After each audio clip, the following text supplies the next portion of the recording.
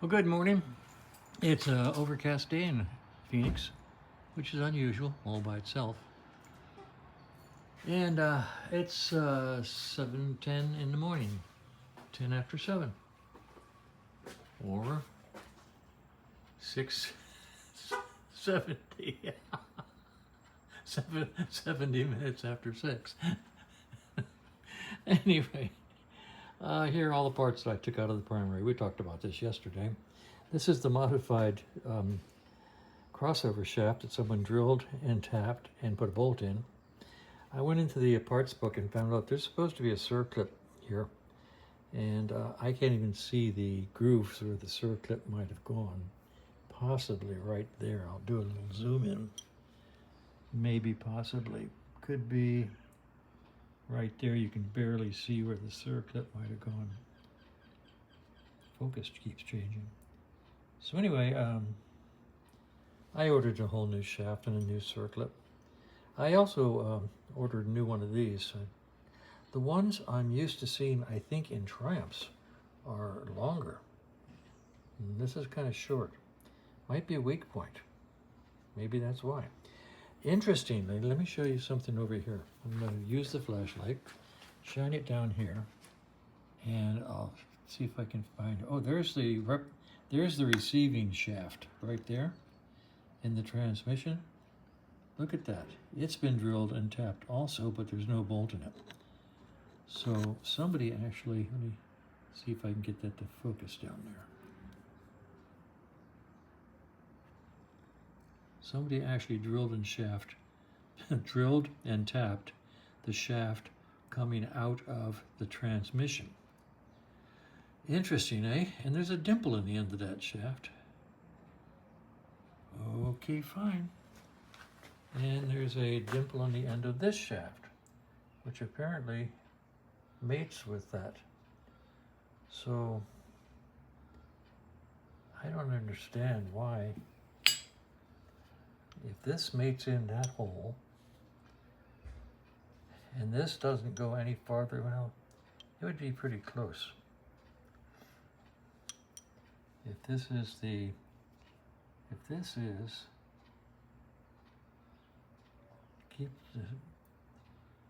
if that is right there, the marking for the circlip, and this was put right there next to the markings,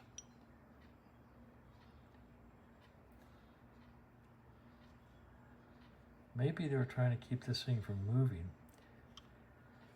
I don't know. In which case, this guy, if I put him in here correctly, this guy, now you can see the markings on the top of that shaft. You can almost see where the circlip goes. So apparently, this was to keep this, sorry, this, can't do this one-handed. I should have put this in the tripod. Come on, lock in there.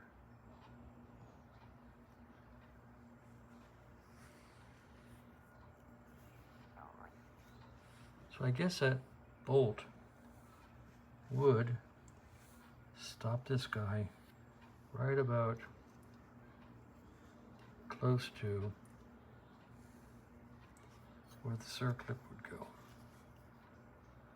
Yeah, there you can see the circlip markings.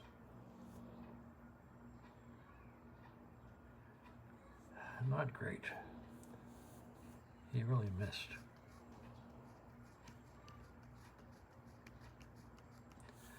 Anyway, I've ordered a new shaft. I'm not going to change the one on the transmission. And I've ordered a new circlip. And like I said, this is smaller, shorter than the ones on Triumphs when they went to left-hand shift. So who knows? Parts are on order. This is on order. This is on order. This is on order. Gaskets and all the oil seals are on order. Now I get to pull this inner primary out of the bike. Now it's changed. The earlier Commandos had 3 screws here into the engine. I have the funniest feeling that these go all the way through into the engine case, and these are when you put the nuts and bolts for the starter assembly on, hold this up against the engine. Right now, I'll bet you that this bolt is the only thing holding this primary cover in place at this point in time. I may end up taking these out if they're stuck, because I've got the stud pullers that I can take those out with. But I'll bet you this bolt right here is the only thing holding this on at this point in time. So if I disconnect the starter, take this bolt out, and see if I can break this free, the inner primary might come off. And let me get at the oil seal here. This oil seal probably goes in from this side. This guy is the grommet for the alternator wires. And that's what I'm going to do now. I'm going to try to get this inner primary off. So I'll set this up in the tripod this time and let you watch. All right, I took the wire off the starter. So that's off. Let's do this bolt here and see what happens.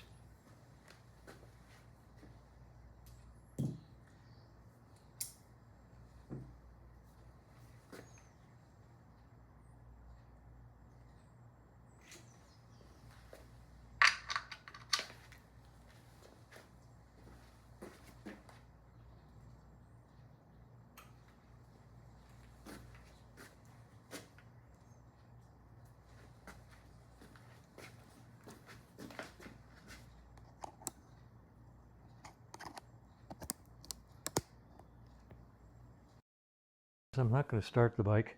I've gone ahead and plugged in the microphones, so you should be able to hear me a little better as I walk around. Let's see what happens.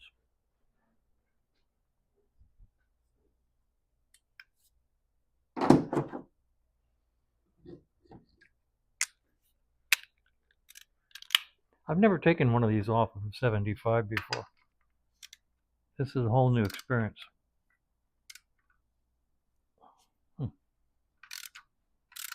I hope that's a stud, but I'll bet you it's a bolt. I'll bet it's a bolt. And now it goes across.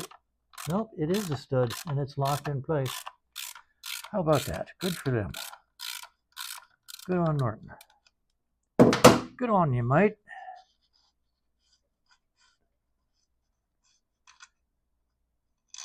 What the hell? Why has he got a diaper on, for Christ's sake?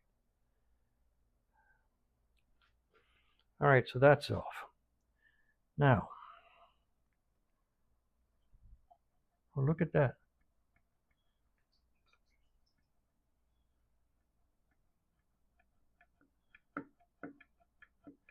What might be holding it? Anything?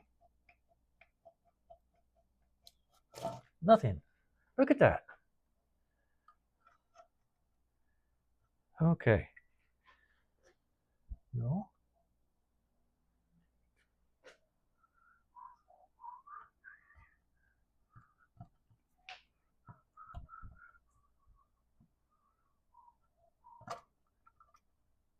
Oh, it's bumping up against the starter motor wire, but that's okay. That clears.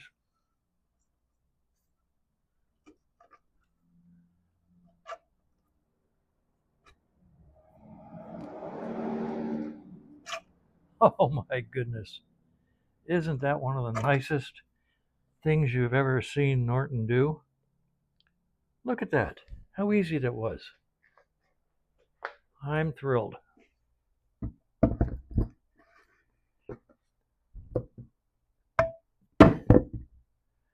All right, let me turn the camera around.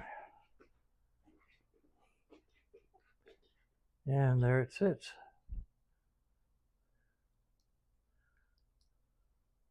My greasy hands.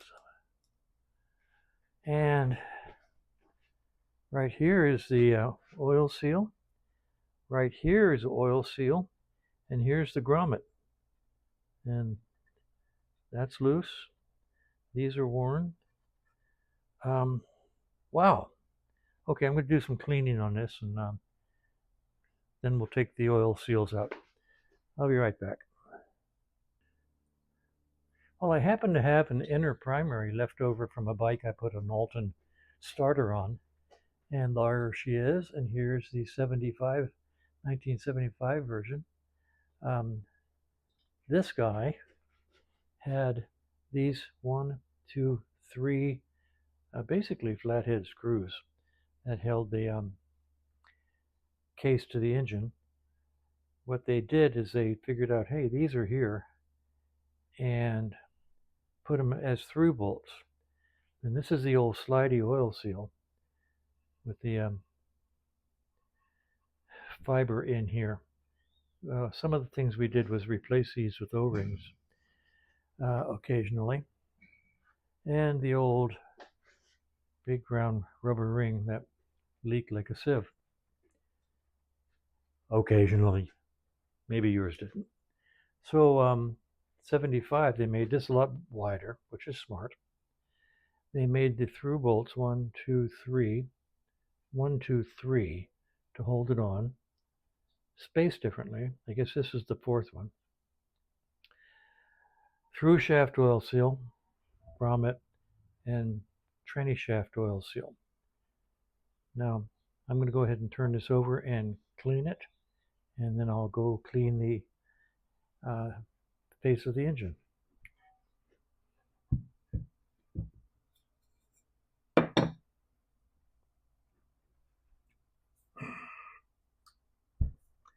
That's pretty dirty. So I'll clean that. And then I'll do some cleaning over here. It's going to take a different gasket. The other gasket, the previous gaskets, fit this area. These fit this area. Interesting. Interesting. Okay. So I'll do some cleaning now and let you know how it goes. Just a couple of minutes of the cleaning process.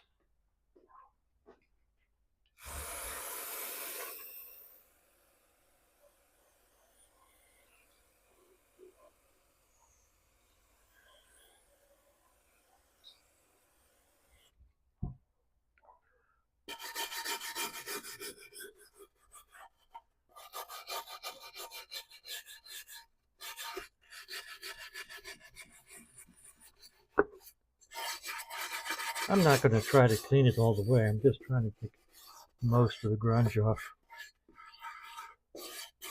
This isn't a show bike.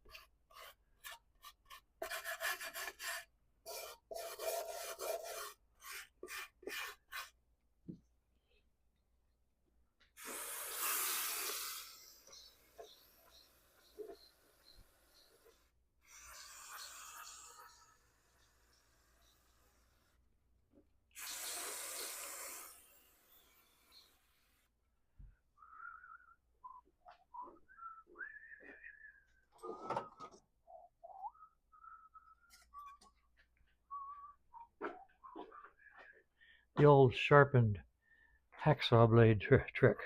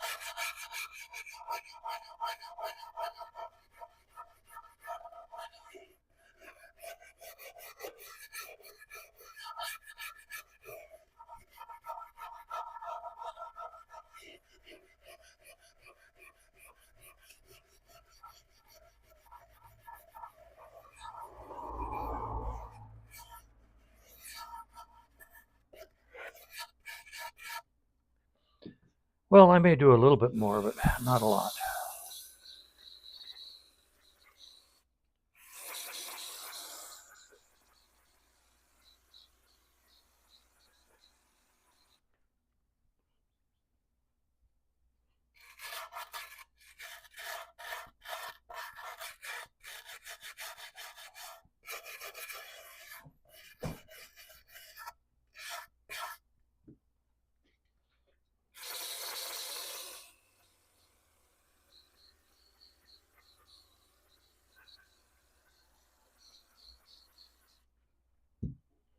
Let's just take this out of here now.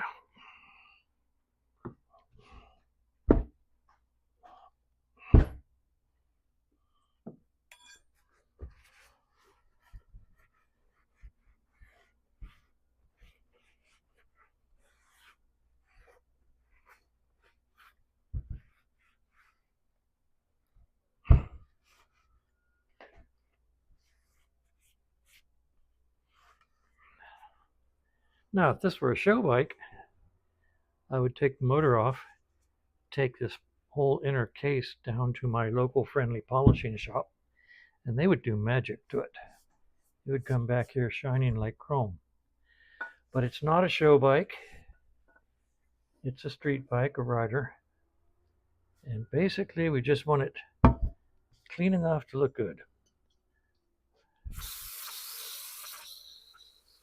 And I can do that much while sitting here, while working here on the bench.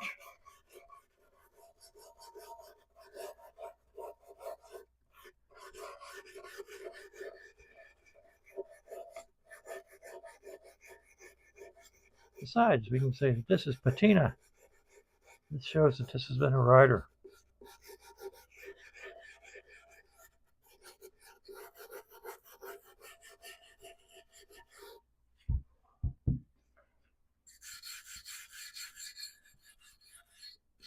Boy, I had a friend, Barney, who could detail a bike and make it look like it was brand new.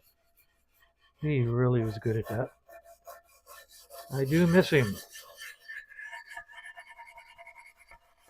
He saved my bacon one day. I tried to clean a primary case, a timing cover, with some aluminum cleaner that was made for cast aluminum wheels. Oh, it did nothing but destroy that case. It looked terrible. And I called him up and begged him to come up, please help me. And he came up with all of his magic stuff and made that timing cover look brand new. Saved my bacon. I do miss him. He was a good guy.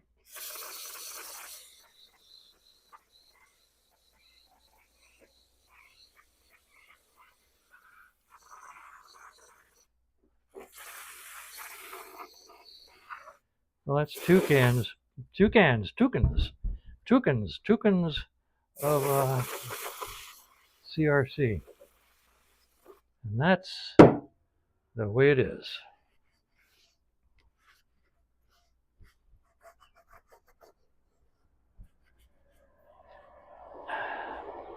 I am going to call this good. I hate to use the phrase good enough. I really do, because I don't like things that are good enough. But this is the point. We've reached that point of diminishing returns, and any more effort wouldn't make that big a deal, because I'm not going to get in here with polishing compound and polish this case by hand. That falls under a concept of mine that is, simply put, I don't do part-time what somebody else does full-time. I don't weld, I don't paint, I don't machine, and I don't polish. I have really good people who do all of those things professionally rather than me doing them amateurly. Okay? I got a great machinist. Primarily, he restores vintage aircraft engines, and he's willing to work on my motorcycle stuff. I used to have a good painter. I don't anymore. He passed away. That's the second good guy who passed away. I do have a good welder, and that's where we are. I'll let you see the other side as I do it. All right, one quick view of the inner primary case. This is the grommet that the wires go through. This is the little oil seal that goes here that the shifter shaft goes through. And this is the big one that the clutch main tranny main shaft goes through. So these are all in order. So it looks pretty good. Not gorgeous, but pretty good. So at this point in time, I'm going to go over and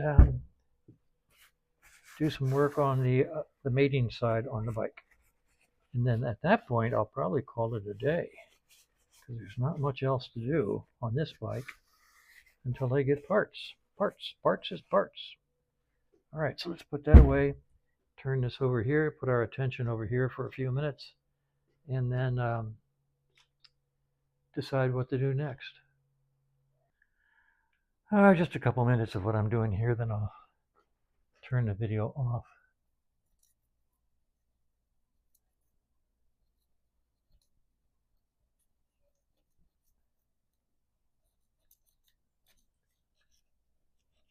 Once again, this is a short section of hacksaw blade.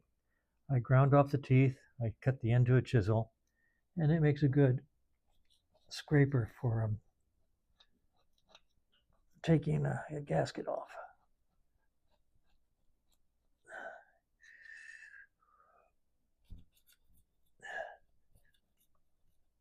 Like so. I think I'll take these studs out. Let's see if they'll come out easy. Hang on.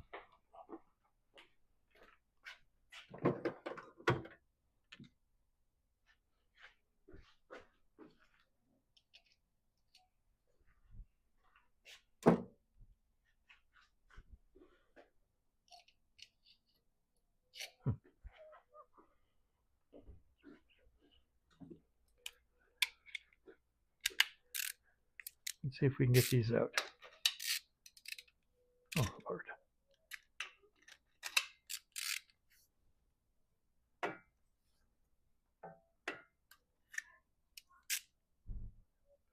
That makes it easier to get the gasket off.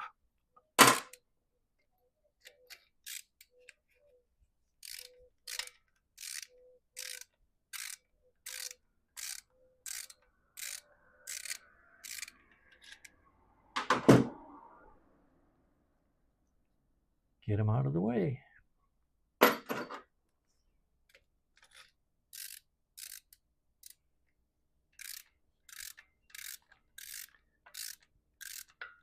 I got the tools and I got the time.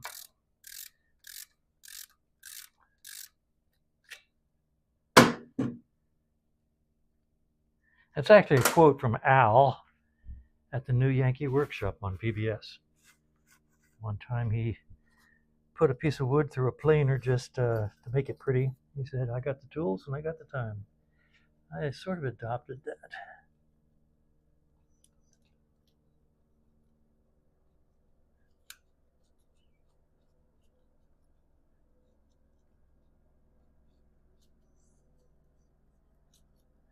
Okay, I won't make you watch the rest of that. It's getting kind of boring. Okay, so I got the engine side of this equation clean. And I don't know if you know, but there are three little words that get us in a lot of trouble. Normally, one would think that those three little words are, I love you. Boy, that'll get you in trouble. But in my case, in this case, those three little words are, might as well. Okay, so here I am, completely disassembled, and hanging out in the breeze is this front sprocket. And I look at that front sprocket and I say, oh my goodness, look at how fish hooked it is on the leading edge. It needs to be replaced. And since I'm here, I might as well order a new one. So I'm going to order a new front sprocket. Might as well. Anyway, it looks good down here now. Ready to go back together when I get all the parts. I'm going to call it done for the day. Okay, I'm taking the front sprocket off. I've got the lock off, and I've got the badly mangled. Let's see, can you focus here? Badly mangled lock screw. And don't forget, even though the parts book doesn't mention it, this is a left-handed thread. So you have to be pretending to put it on in order to take it off. And the parts book doesn't say a thing. Maybe the manual does. I didn't look. But in my parts book, I have added left-hand thread. Makes a difference. And the standard American sprocket is a 20 tooth, and this is a 20 tooth. And